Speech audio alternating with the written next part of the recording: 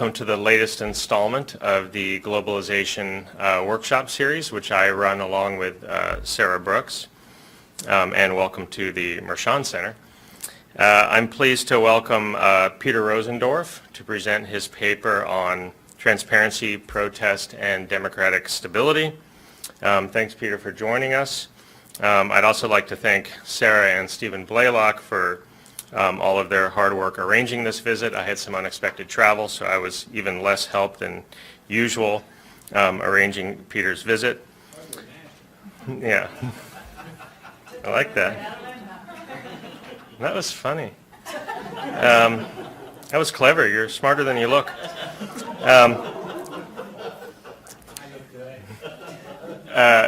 Peter's talk will be followed by some comments from Miguel Garza Casado, where's Miguel, who is a PhD student in the political science department. Peter received his PhD from Columbia University in economics, right? And is professor of politics at NYU. He's also the editor of the journal Economics and Politics, member of the editorial boards of IO and JOP, Journal of Politics. His research examines linkages between domestic politics and international economic policy and institutions, with applications really all over the place. I sort of see Peter's research as being driven by sets of theoretical questions that he then investigates in different substantive areas, including human rights, terrorism, international trade and investment, and democratization. And his work sort of effortlessly spans international relations and comparative politics, but is also interdisciplinary in nature. So he's really a perfect visitor to have in this series on globalization. I won't try to list all of his publications, but he's published widely in economics, political science, and international relations journals. He's currently working on a book project tentatively titled Information, Democracy, and Autocracy, Economic Transparency and Political Instability. What? Oh, it's not forthcoming. Well, it's under contract. Under contract, okay. And today's paper is obviously part of that larger project, so it's be interesting to hear about it, and maybe we can offer feedback that will make its way into the work in progress. So please join me in welcoming Peter Rosendorff to the Mershon Center.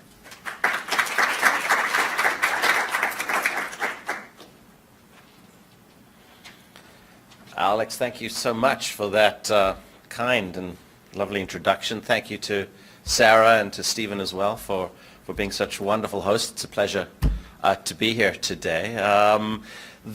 I started out by preparing a talk that was about the paper that I distributed, and now we have a book manuscript, and this talk is caught somewhere in between the two.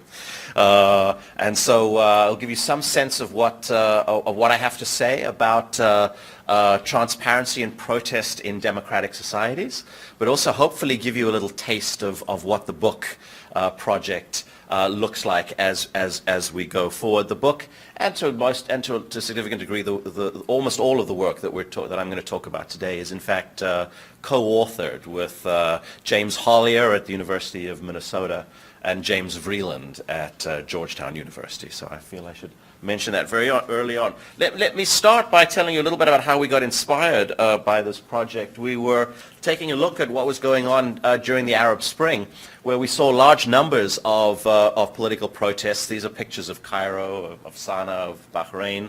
We saw countries that had these large-scale protests, and we saw countries that didn't have these protests. And moreover, when some countries have these large-scale political protests, these autocratic states in particular, some of these result in democratization and some don't, or perhaps they do, but with significant delays. And we were very interested in trying to come up with at least some idea of what might explain this observed variation in both protest and political stability or instability. And so we were interested in this variation, and we hypothesized very early on that there was a key role for some concept by which we call, or what we decided to call transparency, the degree to which information flows through these societies, through these polities. After all, political action requires coordination, and coordination requires information. And since I have really, most of my career has been investigating the nature of information flows and how that matters for political action, for the functioning of international institutions and organizations, and what those mean for domestic political consequences, there seemed to be a natural go-to for me was to look at the role that transparency might play. So how does transparency mediate regime stability, both in democracies and autocracies, and how does this how does transparency operate by facilitating coordination and protest in these societies? And that's really the question that we want to explore, that we're exploring in this paper and in this book. So just by way of preface, right, I want to talk about autocratic instability, and this is where I'm going to be talking about removal of leaders. I'm going to talk about democratic instability, and most of the time I'm going to be talking about the collapse of the regime, that is democratic failure, although sometimes I will talk about the collapse of democratic leaders as well. All right? And by transparency, I'll be more precise, but generally so far, think of this as the dissemination of credible aggregate economic data to the society as a whole. And the most important thing I want you to remember from the talk is this, is that we're going to argue that transparency destabilizes autocracies and it stabilizes democracies. So we're going to find the exact contrary results depending upon how we apply these concepts to these regime types. The logic in the autocratic case here is that transparency is going to inform the citizens of that state about the performance of their leaders, but much more importantly, transparency gives some insight to each individual about what other people believe is true about the performance of their leaders. And this shared knowledge, this common knowledge, is going to be very much important in facilitating coordination and then collective or political action. So collective action is going to be more likely when information is shared that the leader's performance has been poor, and as a result, more transparency in autocratic states is going to increase the unconditional probability of leader change. All right? Whereas in democracies, we consider a society, and our model will look very, very similar to the autocratic state, except the only distinction will be that we will add an institution that we call an election. All right? And what we're going to argue is that transparency improves the efficiency of an electoral system, of a voting mechanism. Elections become better at removing poorly performing leaders in more transparent democracies.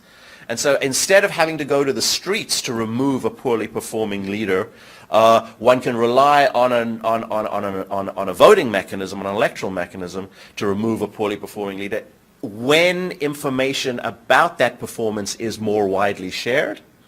And so as a result, we argue that elections and protest in some sense are substitutes for each other, substitute mechanisms for leader removal. And so that's the core punchline of the paper, or of the project. And the project has now taken the form of a book that we hope to see out from Cambridge University Press sometime this year if we're lucky. And what we do in the book, and so I'm going to give you a taste of all of this in the short time that I have with you, is to develop an index of transparency based on missing data. And then I'm going to argue, as I just did, that transparency in autocracies increases the risk of collapse via mass protest, but in democracies, transparency reduces the risk of regime collapse and reduces the likelihood of irregular leader removal. The book will go on to talk about why democracies are more likely to disclose information about their actions, why democratic leaders are more likely to provide information about their actions than our autocratic leaders. We will explore the role that transparency plays in generating foreign direct investment and fixed investment of all kinds, in fact. And if I have some time, I'll show you some pictures that look at that.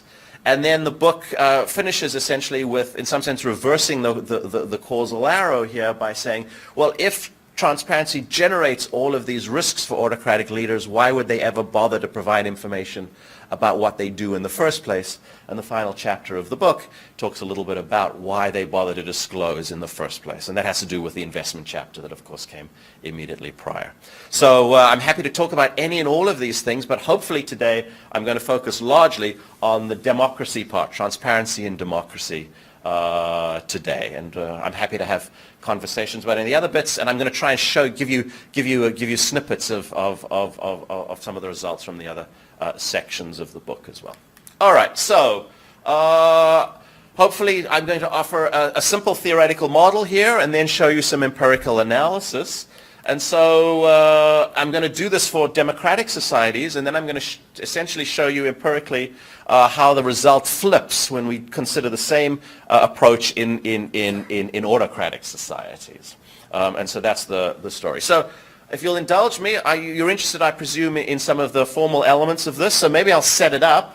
And then just be very brief about some of the analytical parts of the story that I'm eager to talk about too, if anybody wishes to do so. So we'll keep this as simple as we possibly can, right? We'll have a continuum of citizens that will index between 0 and 1 and a single leader, L, and the leader can be a good guy or a bad guy, all right?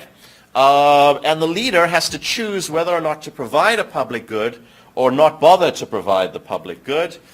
And then once the leader has provided the public good, the citizens will decide whether or not to vote to remove the incumbent or not. Okay, so vote 1 is a vote to remove the incumbent.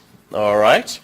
If the incumbent is retained, if the leader is retained after the election, the citizen has another choice to make. That is whether or not to hit the streets, whether or not to engage in political protest. Again, if they engage in political protest, this action variable takes on the value 1. If they don't, this action variable for individual I takes on the value of 0. If the leader is removed, the leader is replaced by another leader, and that leader will have, also be a good guy or a bad guy, where the probability of the leader being a good guy takes on as the same probability as the prior. So this is the prior probability distribution over types in leader space.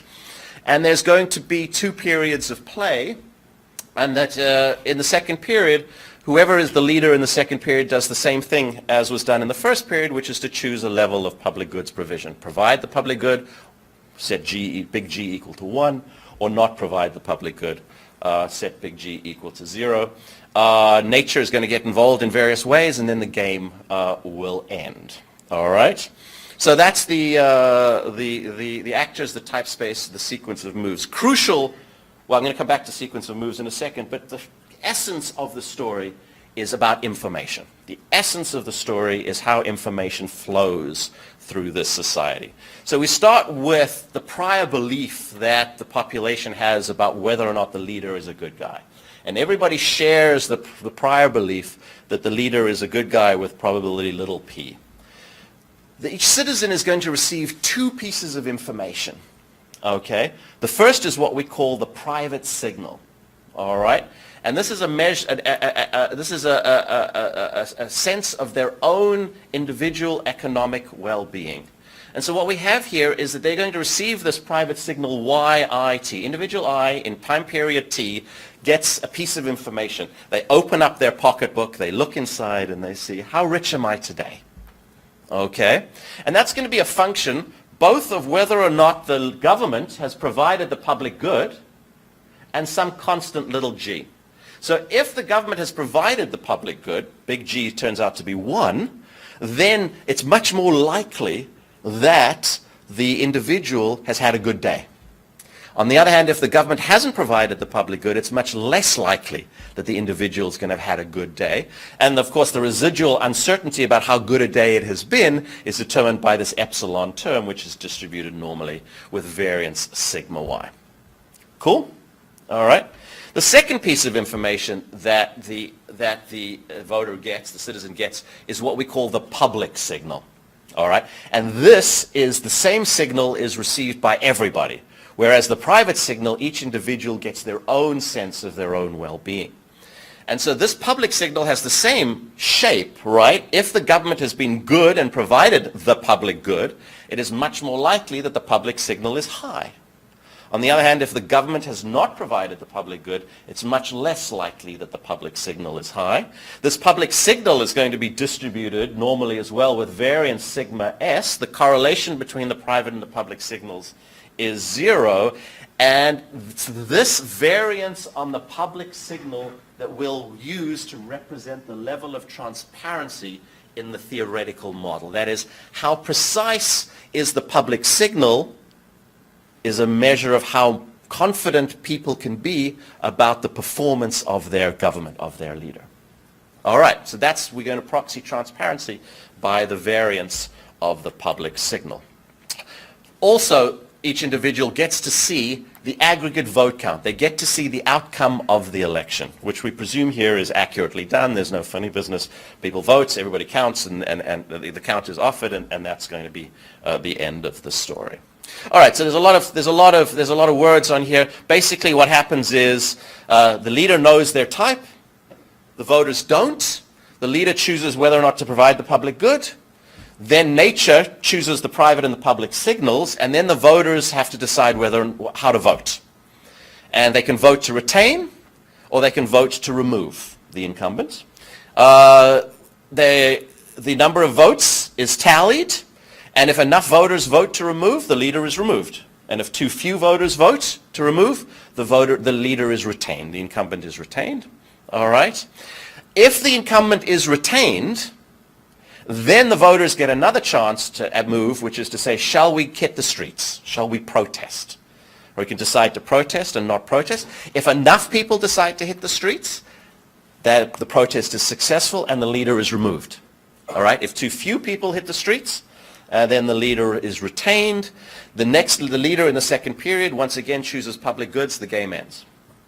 All right. So the simplest possible structure of voting and protest I can imagine in an environment where leaders have an informational advantage over the voters about what their behavior has been.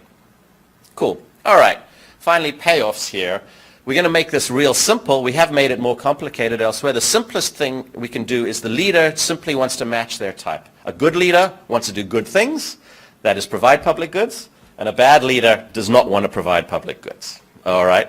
Now, of course, we can enrich this, and we have done in the book, where we can say that the leader might pretend to be a different type in order to retain office. The intuitions, the insights that we provide here will not be changed dramatically by that, by that approach. And as far as the citizens are concerned, what do they get? They get what was in their pocketbook at the end of the first day, and they get what was in their pocketbook at the end of the second day. And if they hit the streets, and enough people hit the streets to remove the leader, then they get an extra bump, beta, which we can think of as the psychic costs of participating in a successful revolution, or even the actual benefits you get from deposing a bad guy, right? And you incur cost kappa if you hit the streets and you engage in political protest. All right, and the rest of this is just algebra, it's just notation to say that big A is the number of people who hit the streets, and the leader is removed if number of people that hit the streets is large enough. Okay? All right, that's what all of that has to say. All right. So we're going to look for a perfect Bayesian equilibrium, a very simple kind of equilibrium. The simplest equilibrium is that the leader plays their dominant strategy. That is, they're going to set policy equal to their type, which is exactly what you would expect given the way we've set this up. So really this comes down to trying to understand the behavior of the voters in this model. And the citizens are going to use a cut point strategy. They're going to see the public signal S.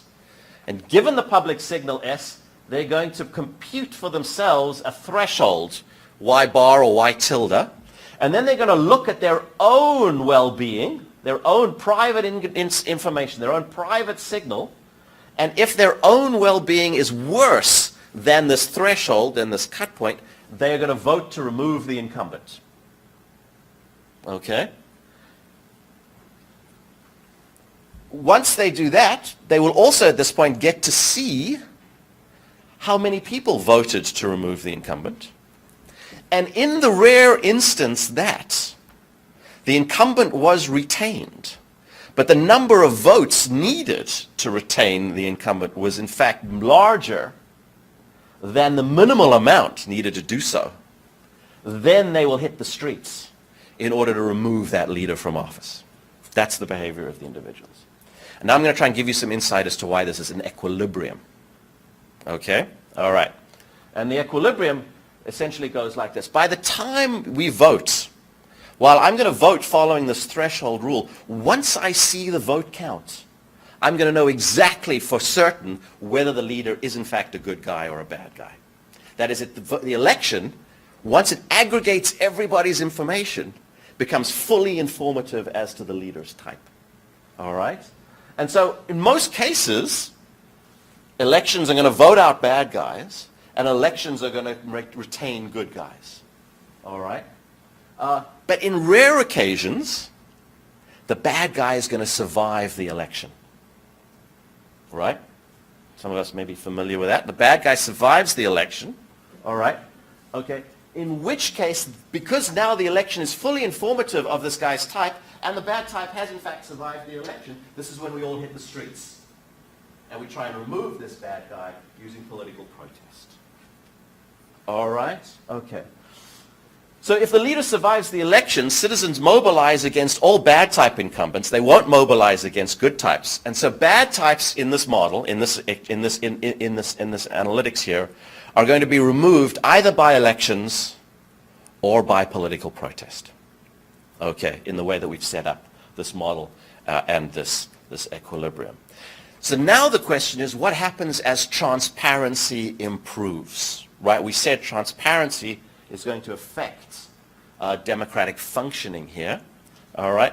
And as transparency improves, each voter becomes better informed. This is going to reduce the likelihood that a bad type survives the election, reduces the need for political protest, for mobilization, since mobilization only occurs if a bad type survives the election. And so transparency serves to make the election process more efficient. Yeah? Can I ask a quick question? Please. Is this only appropriate for incumbents? Or what's incumbency here?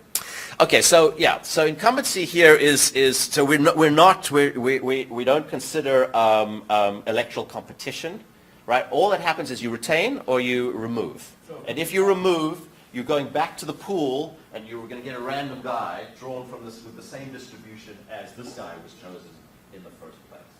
So it's a highly stylized version of the democratic process, and we can ponder the question, perhaps in later, what would happen if we added electoral competition or something like that. Okay, all right.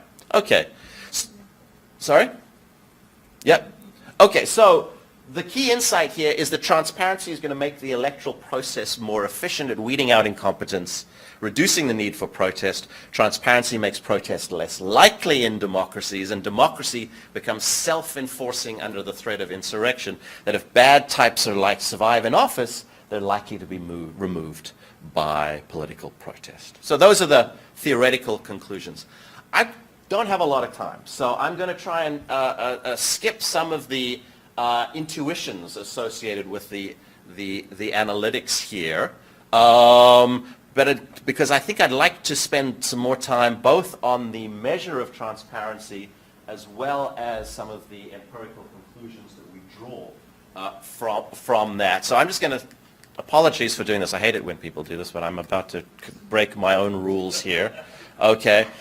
And I'm going to move from the theory to some of the empirical regularities that we think are consistent with the theoretical story that we have been telling thus far. So what we're going to do is we're going to operationalize the variance on the public signal with what we've dubbed the HRV transparency measure, because we're not very clever, and we couldn't think of a better name than the initials, than the first, made up from the initials of our last names, Hollier, Rosendorff, and Vreeland. And we're going to operationalize G, that constant term, with the growth rates in the economy. And the claim that we're going to make is that transparency is associated with a reduced likelihood of democratic failure, and that's especially true right, in high growth environments. And so that's the empirical claim that falls out of the model that we'd like to test. And so I'm going to show you that transparency is associated with a reduced risk of democratic collapse, but actually I'm going to show you that it's also associated with an increased risk of autocratic regime removal.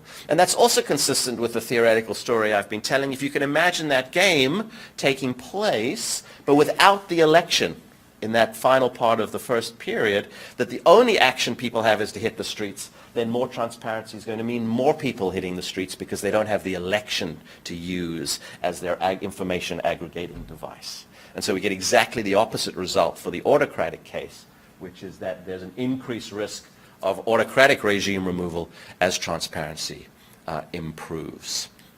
Okay. Since we want to talk about protest, I'm also going to show you some results that have to do with removal via protest, as opposed to alternative methods by which governments are removed, that is maybe assassinations or coups, and so on. All right, so how do we do this? So I'm going to take a couple of minutes to talk about the HRV index, because I think it's cool. Then we have some standard measures of regime survival from Svolik. We have measures of democracy from the DD data set. We use Banks data, as bad as it is, to talk a little bit about unrest. And when economic data and economic variables are needed, we're going to use the Penn World tables here. So let's talk briefly about how we think about transparency. Now, what's going to matter for us, given the theoretical story that I've just told you, it's that what matters here is information about how well the government is doing, or in particular, what is the government doing? Did the government provide the public good or not provide the public good? And moreover, not only do I think about information in this context about what it is that the government is doing, what I care about is how much of this information is shared by my fellow citizens. That is, how much of this information do my fellow citizens actually have as well? That is, what is the degree to which there is dissemination of credible aggregate economic data? All right. And so this might not be your idea of what transparency is, but we think it's the closest notion to our theoretical concept that we have in mind. We want something that is precise, it's measurable, it's aggregated. We want to know about aggregate economic conditions, not idiosyncratic economic outcomes. All right? And crucially, we want this to be shared. That is, we want this information to some degree to be common knowledge. So what we did is we took a look at the World Development Indicators, something that many of you, I'm sure, have examined. This is a table of data that the World Bank produces every year. And the astonishing thing about this is that every year, for some variables, for some countries, and they vary across time and across countries, some of the data is missing. And we're going to make use of the missingness of the data as some suggestion of perhaps the government's willingness to be transparent about what it does.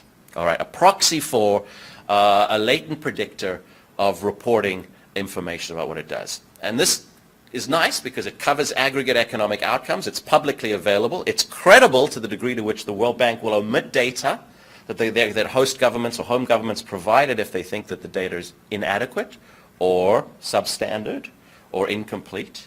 Hopefully it's relatively objective, and we've got a large number of countries. And so in fact, for every country, C, for every year, T, for every variable, J, and these are economic variables, right, we can see whether or not the data is present or absent. So we convert this table of data, large numbers of variables, large numbers of countries, large numbers of years. We can convert all of this to zeros and ones. The data is present or the data is absent. All right. We have 172 variables. They're all economic variables. We have 149 countries, and we have 28 years, okay, of these things, right? And what we do is we run what's called an item response model, a Bayesian item response model. And the idea here really is to think what would be an underlying latent variable, transparency for a country for a year, such that once we had this data, we ran this logistic regression, and the fit was very good. Okay? All right, so in a sense, we're trying to recreate a variable we don't have in this Bayesian iterated way, trying to find a better and better fit with this underlying data, such that when that's consistent with what we actually do have, we get a very good fit. All right, so that's sort of a layperson's notion of what an item response model actually is. And there are two parameters. One is the difficulty parameter, one is the discrimination parameter, but I don't really have time to do this. What I would love to do, I should have thought about this before, all of this data is available on our website. All right? And there is, in fact, a really cool visualization tool there where you can, and maybe I'll show it to you later, you can click on a country and get its time series, and you can click on a variety of countries and you can compare them over time, or you can get a snapshot of the world at any particular dates. So here's the kind of thing that we have. Here are the transparency values for 1980, and these are the low countries, and the worst countries that performed according to our measure were these: Russia, Cambodia, Guinea, Laos, Mongolia, Guinea-Bissau. So all of the countries you thought might not be terribly transparent in 1980. Yeah? How do you account for their state incapacity? It's a great question. It's a really great question. The short answer is that in this item response model, specifically, and we had huge debates amongst the three of us as to whether or not we should control for capacity, and we chose not to. The idea being that our measure here is a blunt, broad statement of the degree to which information is available. Whether it's available because the state is willing to provide it, or whether it's available because the state has the capacity to collect it, we do not differentiate those two statements. However, in all of the analytics that we do consequent to this, we try to control for state capacity. Yes. Marcus. Just a quickie on, as you estimate the transparency score, Yeah. we also get some sense of the uncertainty for each. We do. Do you then use that to, in subsequent analysis? Yes, we do. And hold that thought. And if I forget to talk about that some more. But I think it'll become apparent, and I show you pictures as we go forward. So you can see here I've got not confidence intervals, but what do we call these? Credible intervals. That's exactly right. Yes, around a point estimate. Here are the high transparency countries. So Korea, Spain, Sweden, Japan, Finland, the United States, and so on. Here is time series, right? So the blue line is Mexico. I was in Mexico recently talking about this work, and I thought, well, how about I take a look at countries with similar sovereign debt rankings or ratings. Okay, and these are countries with very similar sovereign debt ratings to Mexico, and we can take a look at how their transparency scores compare to each other and have moved over time. And you can see that Mexico doesn't perform quite as well as Spain, but better than Peru and Thailand, although that wasn't true in the early period, right? So we have data going from 1980 to 2010. Here's things you can do with the data. You can see the credible intervals here around the point estimate. The Vietnam joins the WTO in the mid-90s, right? So they provided a lot more information about what they were doing policy-wise in order to deal with accession to the WTO, for example. Here's Singapore. I had no idea what was going on in Singapore. I went to Singapore. I said to people in the audience, what's going on here? I said, that's easy. Those are election years where it dips. Okay? Government stops providing information about what it does in the years that it's up for re-election. All right? Here's Zimbabwe. Okay. And I'm from South Africa, so I thought I'd better go and see what was going on. And this is great, right? It's the apartheid period. No information being provided by anybody to anything, right? Mandela is released in 1990. The first elections in 1994, right? And this is the Mandela period, right? The Mbeki period, the Zuma period. Okay, so we can do fun things with these pictures that I think tell nice stories that are sort of consistent with with what's going on. All right. So we're going to run a Cox competing hazards model here where we want to see the link between transparency and leader survival. We do it in a variety of different ways. I mean, these results are robust to almost anything we can do to them. It's robust to whether or not we control for a prior regime replacement or the number of prior regime replacements, and so on and so forth. But the key insight is this. What we do is we run the Cox model, and then we can resimulate based upon the coefficient estimates, right? And so what we have here is a high transparency autocracy. So these are all autocracies, all right? And these are the high transparency autocracies on the right. These are the low transparency autocracies on the left, right? The hazard rate is the probability of leader failure, of collapse, leader collapse, right? And you can see in high transparency environments, the probability that the leader is removed is much higher, irrespective of how long the leader has been in office, than in low transparency environments. So transparency is bad for leader survival in autocracies. All right? I'll skip that. But in the democracy case, we get exactly the opposite. Here's the low transparency democracies. Here's the high transparency democracies. Right? And what do we find? We find that the probability that democracies fail, we get democratic failure, is much higher when transparency is low. Right? And in both cases, the effect is enhanced by low growth. So you have low growth here. That makes the effect even worse, right, than if you're operating in a high growth environment where there's no difference here, really, in the high transparency democratic cases. We get exactly the opposite finding in the democracy case than we got in the autocratic, in the autocracy case. All right.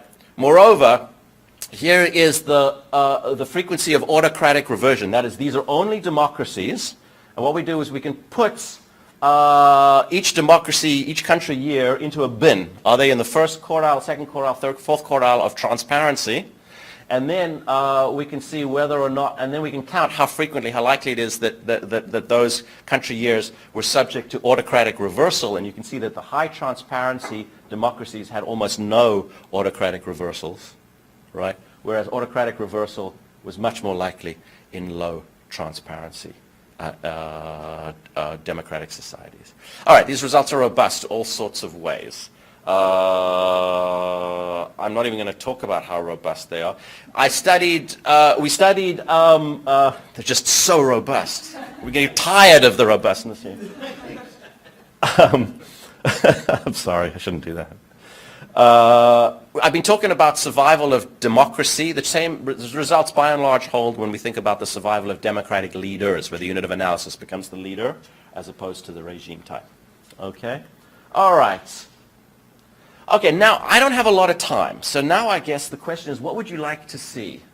I'm going to skip this. Here are a couple of other I'm just going to quickly run through a couple of other empirical regularities that we have found that are less closely related to the theoretical story that I was telling earlier, but we think are kind of cool. All right? The first is that transparency seems to be associated with the consolidation of new democracies. All right.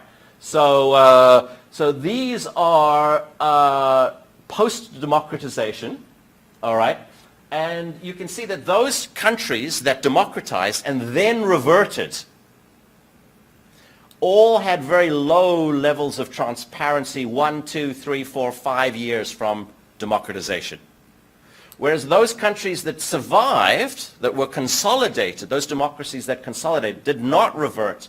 You can see that that in the years following democratization, their transparency scores both rose and were in fact higher, more or less, than in the non-reversion case. Now, I'm not making a causal claim here. I don't have the capacity to make a causal claim here. But this regularity, we think is kind of interesting. All right, and this is, all right. Transparency is associated with lower likelihoods of coups in democratic societies. So here is the most transparent democracies, no coups. The non-transparent democracies, a lot more coups. All right, so transparency seems to be good for insulating democracies against coups, or that sounds too causal, is associated with lower coup incidences. All right. Here. Yeah. So when you say coup, this is all referring to the same thing, which is removing a leader through extra-constitutional. Correct. Okay.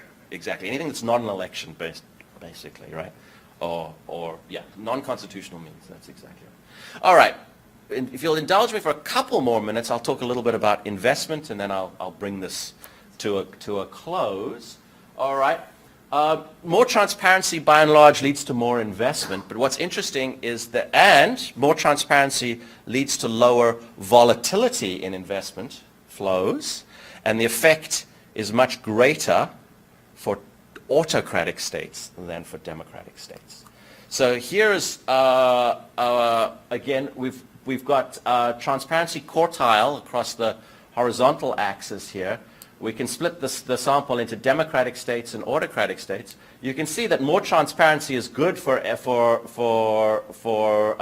gross capital formation as a percent of GDP, but the effect is so much greater for autocratic states than for democratic states, which is exactly what you would expect, right? Autocratic states have fewer guarantees, protections, presumably, for fixed investment or from the potential of the taking hand of government, and so transparency helps investors make better decisions in this regard. And this is true for gross capital formation. It's true for fixed capital formation.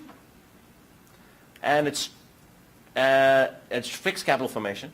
And then this picture is about volatility, right? You can see that more transparency means lower capital formation volatility.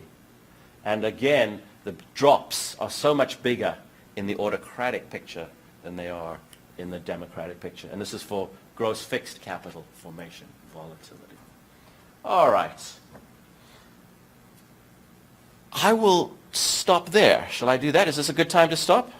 Yeah. The last couple of slides here are about protest in autocratic states, right? This is the number of strikes in autocracies, and you can see that in high transparent autocracies, we get a lot more coordinated political action than we do in low transparent autocracies. So mass political behavior appears to be more likely in more transparent autocracies. But other kinds of political behavior that don't require coordination on the mass level don't seem to have much of an impact or difference across the regime types, right? So here's a high transparency autocracy, low transparency autocracy, but these are, so there's some effect here on demonstrations, but no effect here on assassinations and so on. And so I'll end by going back to the first slide. Was it true that those Arab Spring countries that saw big political protests were in fact more transparent than those countries that didn't? And the answer, of course, is yes. Here's the HRV score for Cairo, for Egypt in 2011, for Tunisia, for Jordan, and here are the countries that didn't see large-scale protests, and their HRV scores are indeed much, much lower. All right, so there you go. I will stop there. Thanks very much.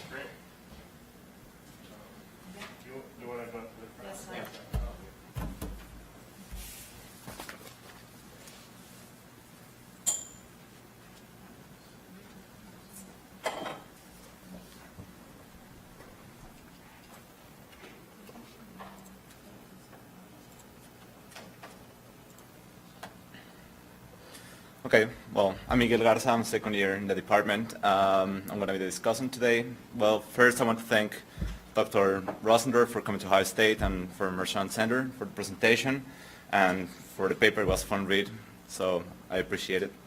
I'm going to start, I'm trying to be as brief as possible so I don't take many time away from the Q&A session. So I'm just going to start with a brief summary of what the paper is and what Dr. Rosendorff just talked us about. There are two main motivation questions for this paper. The first one is when and why democratic regimes enjoy periods of stable rule, and when will democracy be prone to instability and autocratic reversions. The main contribution of this paper, as I see it, is to stress the role transparency plays in stabilizing democracies. And with this contribution in mind, the authors have a primary hypothesis, which is that the probability of democratic collapse is strictly falling in transparency. To test this hypothesis, they come up with a formal game theoretical model, and then they test this model with a Cox proportional hazards model.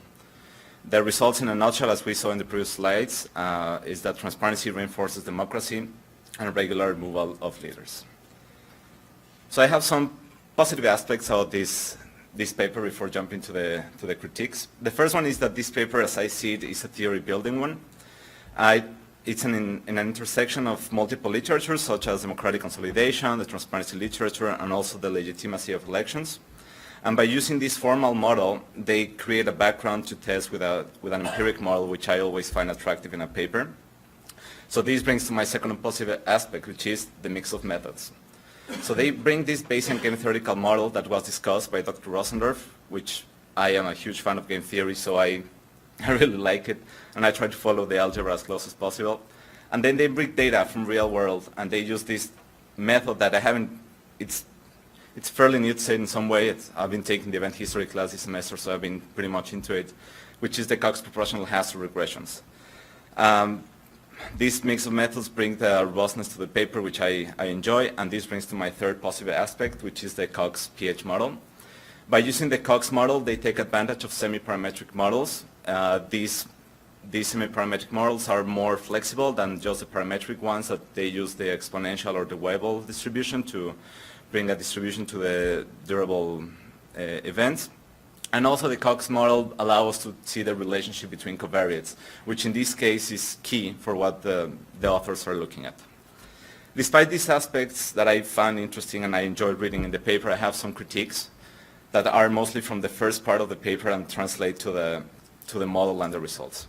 The first one is, even though Dr. Rosendorff made it pretty obvious now in the presentation, I feel a little bit bad about this, is I found it kind of unclear, the construction and updating of the private and public signals. Once you get to the model section, it's fairly clear how these work, but in the first part, in the theory one, I was just like, how do they feed each other? Is the private signal by itself? Does it update at the same time as the public signal? Do they talk between them? So how do they come up together? Is it all based in payoffs? Is it all based in preferences? So maybe just expanding a little bit more in the first part of the paper how these would act in the real world besides the model will be helpful to understand the model and subsequent results. My second critique is information transmission mechanism, the content, the diffusion, and the acceptance by citizens. The first one, the content, we can come up to the latest US election, like can we take everything as it's given? Can we believe everything is true? Can we think that even the data that the governments give to the citizens is it true? Or even further, can we believe that the data that these governments give to the World Bank to put in the indexes is also true? I can come up with examples of China, Venezuela, other countries which can trick their statistics just to look better, to access more credits from these institutions or any other options. In terms of diffusion, can we think of citizens just looking at one media, reading one newspaper, only watching one station?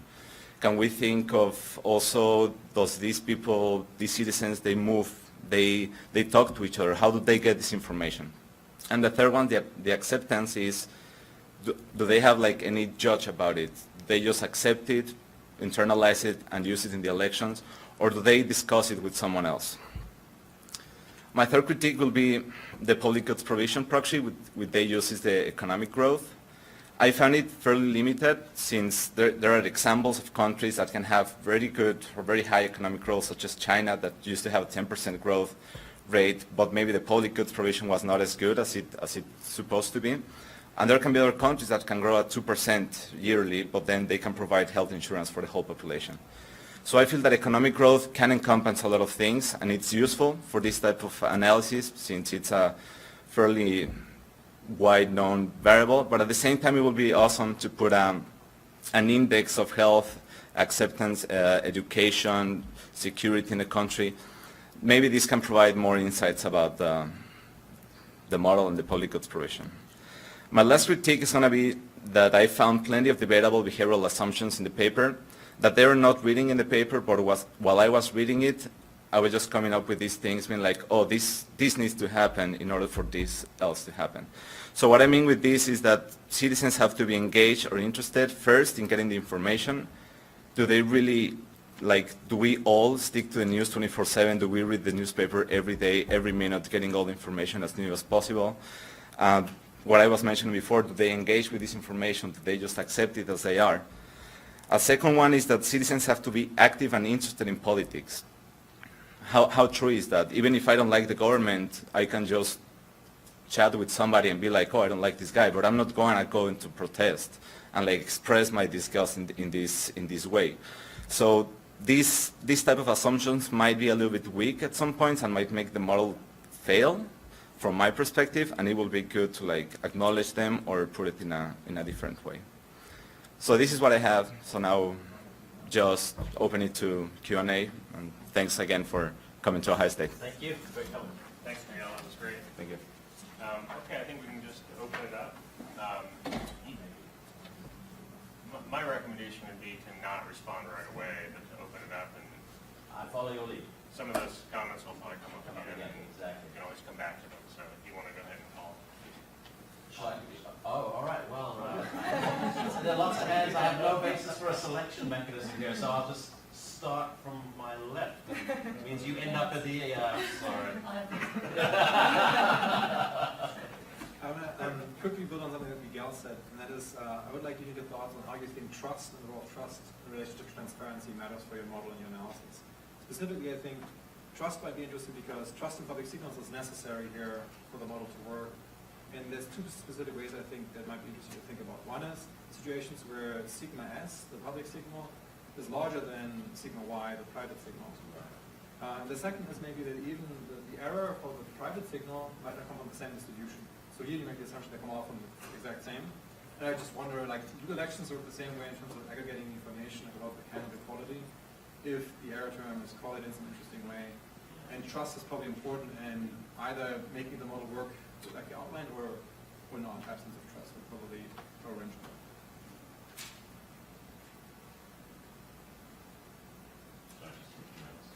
Great. Thanks.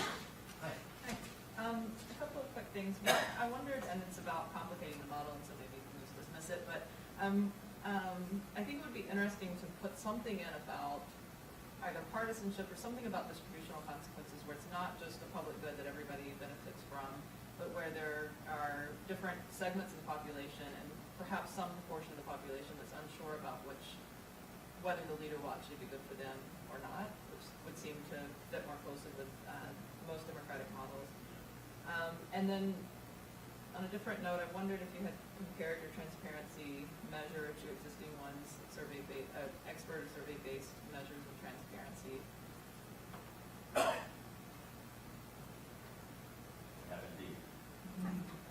Thanks. I had two questions. So the first is, if transparency is about revealing economic information, and then the lack of transparency is about withholding information or not having it, I was wondering why, in governments that are less transparent, why they wouldn't also be better at withholding information about elections or election results. So I imagine they would be better at things from like gerrymandering to like ballot stuffing and over-registering voters and all of that. And I was curious about just like simple correlations between your transparency measure and electoral corruption. The second question stems from the fact that I was kind of struck when you're providing all of those descriptive statistics, longitudinal statistics of transparency scores over time, how so much of the transparency score can change like by election year and leader type. And so that made me wonder a little bit about like the selection of your event-based or your hazard model, because I was wondering why you chose to look at like regime duration over time, when it seems like so much of the model depends on like the information that you get in the election year, and then like the likelihood of regime collapse given that like election result in that condition. So I was like curious why like that's not more of like the unit or the event that we're focusing on. Election year. Like yeah, potentially. Instead of the leader year, you don't want the election. You want the leader election year. Because I think you could get plenty of interesting descriptive information about the election in terms of like how competitive it was, and like the likelihood in which the leader probably should have been kicked out. And related to that, I also was wondering if there was any possibility to include variables about like number of protests that occurred after an election. Like, I thought it'd be so interesting to see an event count model with a croissant model of like numbers of protests after these like subset of elections that were kind of where I guess the electorate got it wrong, essentially. That gives you plenty to respond to. Shall I stop there? All right. Well, firstly, Miguel, thank you so much. You've read the paper very carefully. Your comments, of course, are all absolutely correct and right on the money. Just very briefly, you tell me that the intuitions early on about how the public and the private signals interact on a fair paper, that's something we should address, and we'll try to do that. I hope in the talk I got the sense that you got a clearer picture of the theoretical idea there, where you get these two pieces of information and you're going to use the public signal essentially helps you define your threshold, and then the private signal you compare to your threshold, and that's going to affect your decision making. You spoke several times about information transmission. The first point I want to make is that the way I view the HRV measure, I don't believe for a second that the voters are, calling up the World Bank and saying, what do the world development indicators look like today? And that's going to help me decide how to vote. Okay, I don't think that's what's going on, right? Or not even, just still talking with our neighbors about, did you see that unemployment score? I mean, how do we interpret that, right? What I have in mind here is that this is a proxy for a concept of the degree to which the government is willing to make information about its behavior available. All right. It is also absolutely true, and a number of you have raised this question, that even if the government is making information generally available, it might not be high quality information. It might not be reliable information. And this is where we put a lot of store in the fact that this is the World Bank's data. Okay. So the World Bank invests a lot of time and effort in assessing the data that is provided to it by the countries, by the leaders in question, and will and does quite frequently refuse to publish data it believes to be inadequate or incomplete. Moreover, the World Bank is heavily investing resources in countries, working with governments to teach countries how to collect better data and to generate higher quality information. And so in that sense, I believe that it's not a complete measure of the degree to which voters know or individuals know about what's going on in their economy. There are lots of reasons to think that this measure is a good proxy both of the availability of credible economic information for these reasons. It's not the best measure, it's certainly not the only measure, but what we're so concerned about doing is finding a cross-country, cross-time score. We think that this is better than many of the measures that are out there. And so in comparison to many of the other measures that do exist, and those measures are very useful to some degree. We actually have a chapter in the book where we discuss how our measure compares to things like Freedom House's Freedom of Information score or anti-corruption scores. We look at availability of freedom of information laws or acts across countries. We look at newspaper circulation. We look at television licenses. We look at all sorts of things. What we find is that there's very nice correlation across these variety of transparency measures. Analytically, what's kind of interesting is that in the middle, everything's bunched up. You can't really distinguish across these measures. But we get a lot more action in the tails. And so we think there's a lot more information to be had from using our measure than is available in these alternative measures. We, of course, have more countries and more years than any of these other measures. But here's the real kicker we think we like about our measure. We believe that it's at least less. Firstly, it's not a result of it's not a survey-based measure based on experts sitting around the table asking themselves, did corruption go up or go down in Mali this year, right? So, which is what Freedom House basically does. So in that sense, we're not reliant on coder consistency in any sense. But much more importantly, we think our measure is less, how should we put it, endogenous to other things, like GDP, like wealth. All right, so if you think about newspaper circulation, well, that's going to be a function of both wealth, but it's also going to be a function of regulation. It's going to be a function of all sorts of things that governments are going to sort of, have some sort of control over. And the demand for these things on the part of the literacy rates, I mean, you name it, all sorts of other stuff is going on when you think about something like newspaper circulation that we believe we've managed to step away from by simply saying this is a measure of the availability of aggregate economic. All right, so that sort of addresses the degree. What about communication between individuals? Distinctly possible, right? In the model, we don't allow it. What's really crucial, right, is when you make the decision to hit the streets and protest, right? It's going to matter whether or not you think your neighbor is going to hit the streets and protest, right? Now, you're right. You can talk to my neighbor. I can coordinate with my neighbor, all right? I'm going to try to coordinate with my neighbor, but I'm going to have a lot more confidence that my neighbor's going to do anything they say they're going to do if I know what they know. And in fact, we have common knowledge about aggregate economics. So I'm focusing on this this particular kind of information transmission. It's not to say that there are other kinds of information and communication, or information transmission or communication that is going on.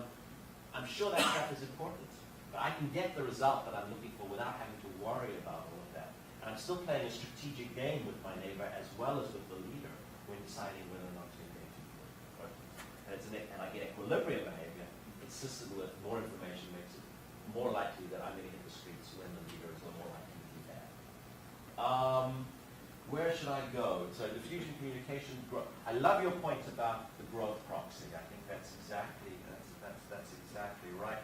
We talk about big G as a public good, and then we operationalize it by looking at growth rate. Really, what is it?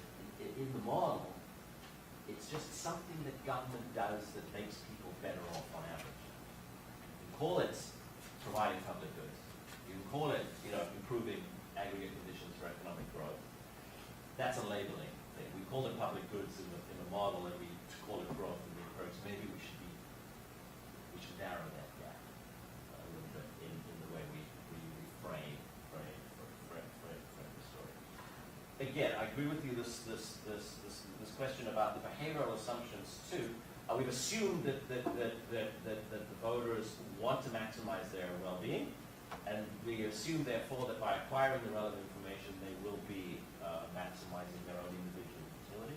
This may well be a debatable assumption. If there are costs associated with acquiring the information, the results, of course, won't change if the costs are low enough. If there's variation in costs across individuals, that might raise some interesting questions. Your second point, however, about the willingness of citizens to actually engage in political action, we do have in the model, and that's because we have that kappa term in the utility function, which is the individual's private costs of engaging in political action. If those costs are too high, they won't engage in political action. So in that sense, we have it. Although we don't have it if there's any variation across individuals. We have the same constant cost of political action across the individual. These are all wonderful ideas, places to take this model and these analytics to see and to think hard about what it might do to the core results. In most cases, I don't know the answers to those questions. So somebody asked me about trust, exactly, and so I sort of addressed this issue of quality. So if you think, can I trust the data?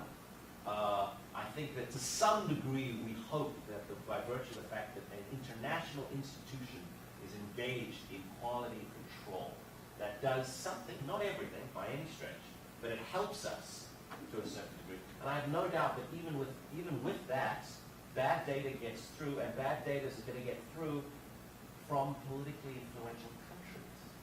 So I'm sure the China data that the World Bank publishes is much less reliable than is data from another country with a similar level of economic development, but isn't quite that politically influential. So So I take your point. Nevertheless, if we can find these results that we do find, given this, what we believe is a minimal level of quality control, I think that's an interesting finding on our part. We don't have to actually have the quality be perfect for the results actually. All you have to believe is that the World Bank does something to improve the quality of data, or you believe what follows in the analytics. But that requires trust, right? So Trust, is trust in the World Bank or trust from the political, or trust in the leadership? either, I guess. So my concern was that citizens might not trust the public signal. Yeah, that's exactly right. So the public signal, okay, well, what do we mean by distrust? If there's bias in the signal, right now the signal is normally distributed, so it's symmetrically distributed around the truth, right? So there is a true thing, and then the signal they get is symmetrically distributed around the truth. Distrust, is that bias? As long as I know the magnitude of the bias, and everybody shares a belief in the magnitude of the bias, the results will continue to go through. If there is, again, I don't know what your bias estimate is, that's going to make things a lot more complicated. That becomes a more interesting statistical problem to unravel. But you're absolutely right. These are important questions to be asking, and we take care of them to some degree, but of course, not completely. Transparency comparisons. We spoke a little bit about that. I agree with the question of distributional issues and partisanship and electoral competition. I think the effect on our findings will depend crucially on how you model that, right? What sort of modeling assumptions you want to make. I don't have at the top of my head predictions about what transparency would do in an environment where there is electoral competition on political protest. We have to sit down and think about the structure of that model, and I don't know what the answer would be in that particular context. Ballot stuffing, transparency in elections. Well, in the model, right, an election happens in a democracy and it doesn't happen in a autocracy. And the results in the model, the results of the election are accurate and therefore believable. Strong assumptions, no question. If there was some correlation between the transparency or the quality of the public signal and the electoral results, that's an interesting question. I mean, I think one thing you could do is that if you were to subset your countries by places where the UN has monitored elections, Very good.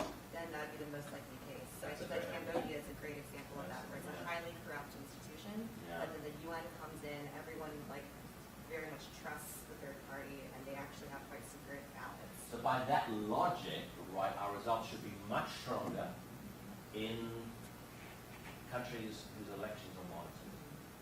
Or there probably are scores out there for the quality of the electoral process that we could actually use. That's a great idea. That's a great idea. Questions? Yeah, please. Information. How are you defining autocracy? We're relying on the coding of what's now known as the DB data sets, not ours. Well, that's not what Chiba, last time I saw It's that. cheaper. Dichotomized. Exactly, it's dichotomized. So it is dichotomized. Okay, well, here's Okay. the problem. How do you defend yourself against tautology? Against what? Tautology. If transparency is part and parcel of authoritarianism, True. how, and you're using such a big fluffy measure of Absolutely. autocracy, what your findings would actually translate to is that weak autocracies fail. And Okay, strong so- ones don't. You are 100%. We have been crucially concerned with this issue of tautology. Okay, and which is why the Chamber measure does not rely in any way on the availability of information. It's simply a measure of whether or not there has been a leader change via an electoral process. That's it, right? So a country that currently has an electoral system and there has been leader change in the last, 5 years or something, that's a democracy. If there's been no elections or no leader change via elections, it's not a democracy. What's the correlation between your time. Zero case and transparency. So the very first thing we did is looked at the current, and yes, democracies are more transparent, no doubt, and that's true when you control for wealth. It's true when you control for all sorts of things like IMF conditionality, because IMF requires It is part and information. parcel of being an authoritarian. You're not going to share a lot of information. And yet, the final chapter of the book is to argue that there is variation in the degree to which autocrats do provide information, and we would like to understand that variation. And we have both theory and evidence in support of that story, which has to do about autocratic leaders walking a very fine line between having to protect themselves from intra-elite coup and mass mobilization protest from below. And that's why they can use transparency to manage those competing threats. And that's why I'm sure you were addressing it. absolutely, we absolutely are. It's crucially the case. All right, Marcus. Okay, I wanted to say, well, first of all, I love the measure, particularly relative to all of the excellent subjective measures, because I'm deeply committed to the notion of very hard. But that said, Yes. I think you're a little sanguine about the World Bank. No doubt. Having spent a lot of time mucking around in these results, there are all kinds of improbable things that are in there. Yeah. Investment as a share of GDP at 60 or 70% in some cases, the population will start at that. The other thing that you might want to use, there's a feature here. Yeah. I recently did some comparisons, and if you use different temporal snapshots from the WPI, missingness for the same variables and the same periods changes. Yeah. So they retroactively remove data from the data set. And they add that. They retroactively add that. Yeah. Yes. And so this is you have a very squishy underlying foundation. That's point one, but I think there's an interesting theoretical point in the data that I might want to explore. What you have is a 1-0 for each of these. Yeah. But the one is people who report Yes. in some sort of relatively responsible fashion, and the really good liars. Yes. And then there's the people who, maybe for political reasons, say, oh, my company's falling apart, I'm not going to report, I'm selling. Right? But the good liars might also be increasing their probabilities of surviving precisely because they're lying to their population well, and they're lying to the World Bank well. And so what you can't differentiate is the effect of what you're calling transparency, the effect of good lying, versus the effect of actually presenting information. And how would you split that? I just add to that, and the fact that the governments that don't supply the information might be doing it because they're the good type. They don't have the information and they don't want to supply false information. Wouldn't that be? It follows. I'm not sure that there are that many governments that wouldn't happily give you bad information. Yeah. It's empirical and it's logical. They might say, we need another year to really get this together. So. Please give us a If the guys who are providing information are either they have good information or they're good liars. So now my ones are contaminated, right, in some sense. Yeah, Mexico's unemployment rate's never been more than 5%. Well, so my question to you, I have to think through, which way does the bias go for our results, right? If we're throwing in more bad guys into that, and we're still finding our The results, population believes the good the results. results, they don't protest It's as exactly the much. same thing. Yeah. As if they got the good results. Since they got the good Yeah. Yeah. They do know they're working. Right. Yeah. But then if that's what drives it, you don't need the transparency. Yeah, that's right. That's right. I don't have a good answer for you. I'd have to think hard about which way that biases our findings. I'm not sure. I can think of it going both ways off the top of my head right now.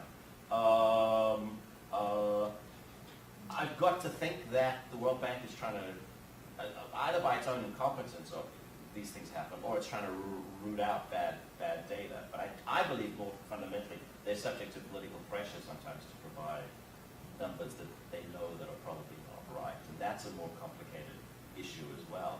But again, there are lots of criticisms we can make about the measure. No measure is any good, right, by virtue of the way it was collected or whatever. We have to ask, does this do a better job of focusing on the particular type of information dissemination we are interested in in any of the existing measures out there. I believe that it does. All of these critiques that we can come up with notwithstanding, and I agree with you entirely. I'm happy to use a better measure when you come up. That's exactly right. No doubt that there's a lot of improbable. So let me say this about retroactive. I've been calling it backfilling or back deleting, right? I've got data set shrink. Shrinking, yeah, that's. I wanted to do this. So what we've done basically is we've just.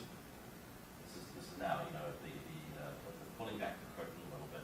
We've taken basically the latest year's WDI, right, and it goes back 20 odd years, and we can go look for that country, for that year, for that variable, whether or not the data is missing or absent.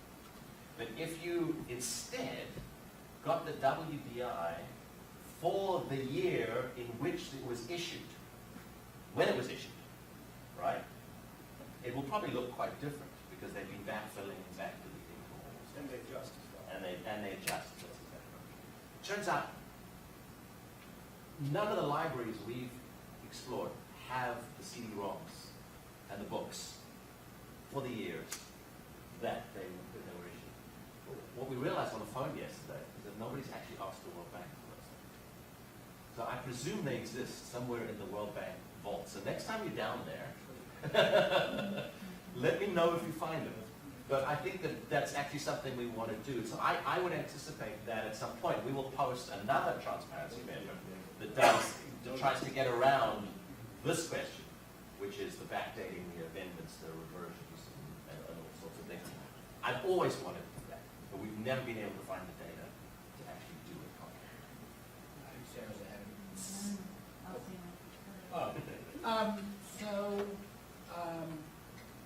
What's a protest? And how do you calculate, we heard talk, I guess 2 years ago now, on China and the use of the internet and the idea that the one thing that automatically triggers censorship is any effort at collective action. Right. So I'm just wondering what a protest is and how you figure out whether protests are occurring. You take a country the size of Russia, does population size or geographic size matter? But the general question is what I asked. What's a protest? How do you measure it? How do you decide whether there's a protest going on? So the cheap answer is I don't make that decision. There are data sets out there. Oh, those data. Yeah, exactly. This is why I love that data. That's that that data. So that's the cheap answer. I said it was the cheap answer. I didn't say it was The a good answer. economist coding there. Actually, the protest data is better than the democracy measure. I think the protest data is terrible, but yeah. So they have coding rules, right? The bank's data, which is I think terrible data, is simply a count of there's a news article in the New York Times where the journalists called it a protest. Okay, so that's about as good a definition as we have for the bank's data. There's G Delta and there's a bunch of others, political events data, yeah, exactly, where they actually define this. There's a threshold for a number of people, and but it's not. A lot of it's wrapped up with media coverage. That's what I'm wondering. It's still newspaper accounts or media accounts. That's exactly right. And of course, I'm not controlling for censorship or other mechanisms by which information can flow or coordination is either inhibited or so on. So no, I can't really answer your question well, except to say that it doesn't matter that much for the story that I'm trying to tell, right? Which is that I'm going to argue that the mechanism by which information matters operates through mass political action, but I'm really, truly only offering you evidence of the reduced form, which is transparency and leader survival. I would love to be able to give you stronger evidence about the mass political protest mechanism. I think it's right, but that's hard given the kind of data environment we're operating. Yeah. To measure protests, are you using event counts or are you only time we measure protest is we use banks, and that's just a count. Okay, and so I ran through it because I don't like those results. Those results are not terribly powerful.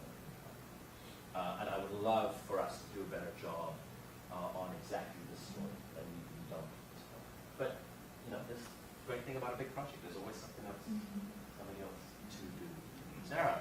There's one more in the back. Did you have a question? Yeah, one at some point. Just what, so, sorry if I missed this, but what is the scale on your transparency score, and then what's just the general Yeah, distribution? you know, again, my co-authors and I disagree. I want to normalize. I want 0 to 10 or something, which would make sense. But we don't. So it actually runs from about minus, I don't know, 6 or 8 to positive 10 or something like that. It's ordinal. There's no value that you can assign to these numbers. It just allows us to rank. Okay, that's the way to think about it. So then, I guess my second question is back to sort of bar plot where you compare low transparency, sort of middle, and then higher. It seemed like the real action was going from low transparency democracies to sort of that middling level. Yeah. Yeah. So sort of what is the causal story there in the non-monetary relationship? The non-monetary, when we aggregate all the countries together, we get a little non-monetaricity, but when we separate out the democracies and the autocracies, we get monetaricity. You're talking about the investment number, the investment results? Or the coup results, the survival results? The investment results. There's we think so your question is about non-monetaricity in the aggregate case. We get a little bit of non-monetaricity in the aggregate case, but when we split the sample, we don't. Right? So I guess just what are the cut points of what something is a low or a high? Transparency. These are quartiles. Okay. We just split the sample. We just put each country year into or any year into a bucket. That's it. That's it. Which does make sense theoretically in a way. Right. Because if the standards are changing, now you can make an argument either way. Yeah. Sometimes you're interested in absolutely more transparency, but sometimes you'd be interested relative to other countries. Exactly. That's right. That's right. So that's right. It's kind of a no-win. Yeah. Whichever one you do. Right, indeed. So we just relied on what the IRT model spat out, and that was what we stuck with. And if you took our underlying data and you took our code and you ran it, right, you'll get different numbers for each country for each year, but the rankings will be the same. Okay, because that's just how the model works. Yeah. Sarah. Maybe it's time for me.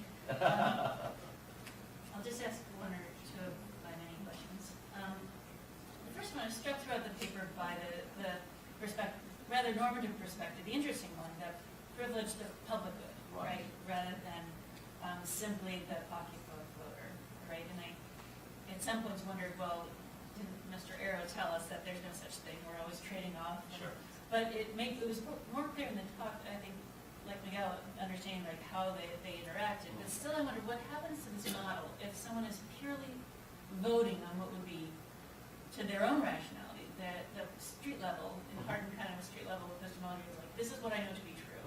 My world and my town and my family are doing well. If we take out the public end of it and say, even an Wilsonian type of idea, no one is rational to really call up the real thing to find out overall what's good. And so I can see why normatively that's important. But so theoretically, what happens if there is no concern for the public good, but rather someone votes on the basis of the information that's available to them? What also happens to the equilibrium if that is less concerning? Because to some respect, there can be the transparency can still be consistent with the same idea of the people who are doing better, and it would work out that it's better than the growth rate. But if people who are doing well support the government and don't go out, and I have questions about the application to South Africa and others, but more broadly, two things I wondered during the paper was, where does this come from? This is probably your last chapter. What causes transparency? Right. Like, what is the data generating process within the government that leads to it? But when I worried about also the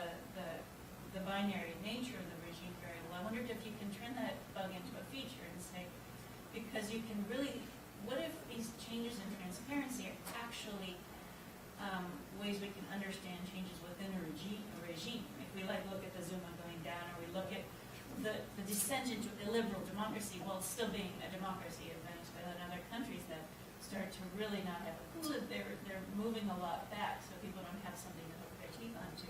Could you turn that change in transparency into the outcome? Yes. And then model that, what's causing that? Maybe deal with that. Well, three really good questions. Yeah, go ahead. I was also curious of how the changes in transparency are perceived by the individual. So if you have the Singaporean case where you have transparency going down in election years, are they averaging transparency throughout the past election cycle, or are they just all influenced by that T-1 period?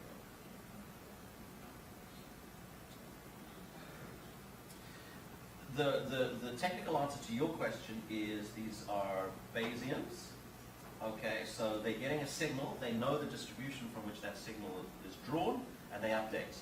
And the distribution, the parameter of the distribution, of course, is by proxy for transparency. So that's how so it's not about, what they've known in the past. They look at literally open up their pocketbook today, and they see. So this addresses some sense your first question as well. And what's the word? Normatively, what is it that the voters know? What is it that the voter is doing? I've tried to put the smallest amount of informational demands on them. Okay, that is all they got to do is they open up their bank account, their pocketbook. Has it been a good day? All right. Now, there's two things they have to think about. Right? Is the government been screwing me over, or have I just been unlucky?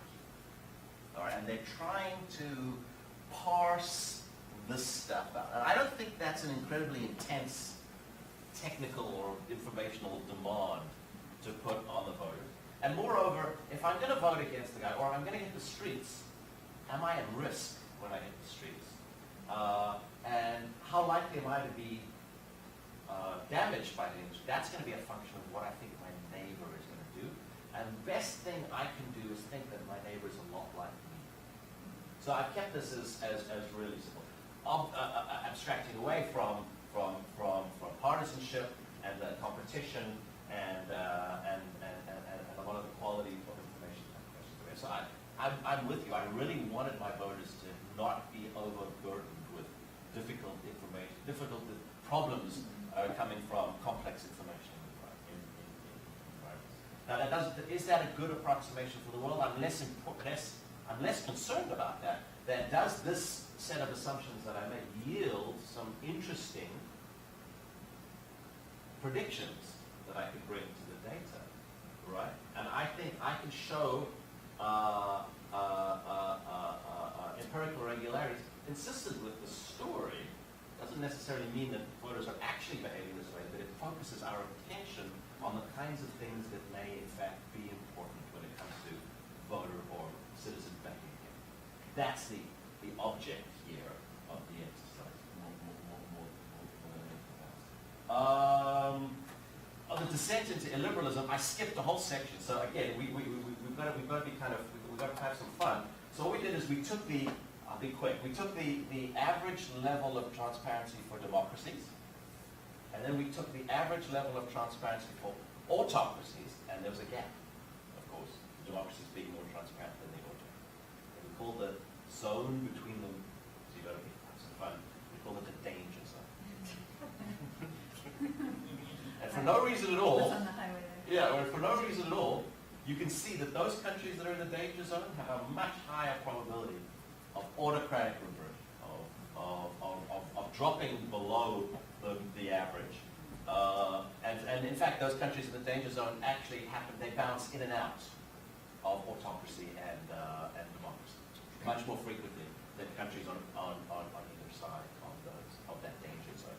Little games you can play. Am I saying it's causal? Of course, I can't say it's causal, right? But it's kind of interesting that these are the kinds of regularities. You had something about the sources of transparency.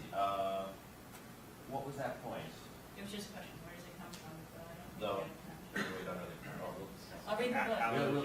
Might be- No, I was just saying, going to have a wonderful test case with Turkey over the next. That's the thing. Actually, and again, when the book comes out, I would love there are a couple case studies. We do a bunch of individual country stories associated with this that are kind of fun to read. So yeah, and I'm sure there'll be some more fun stories to tell in this conference as we go forward. Thank you all very much for wonderful questions. I appreciate it.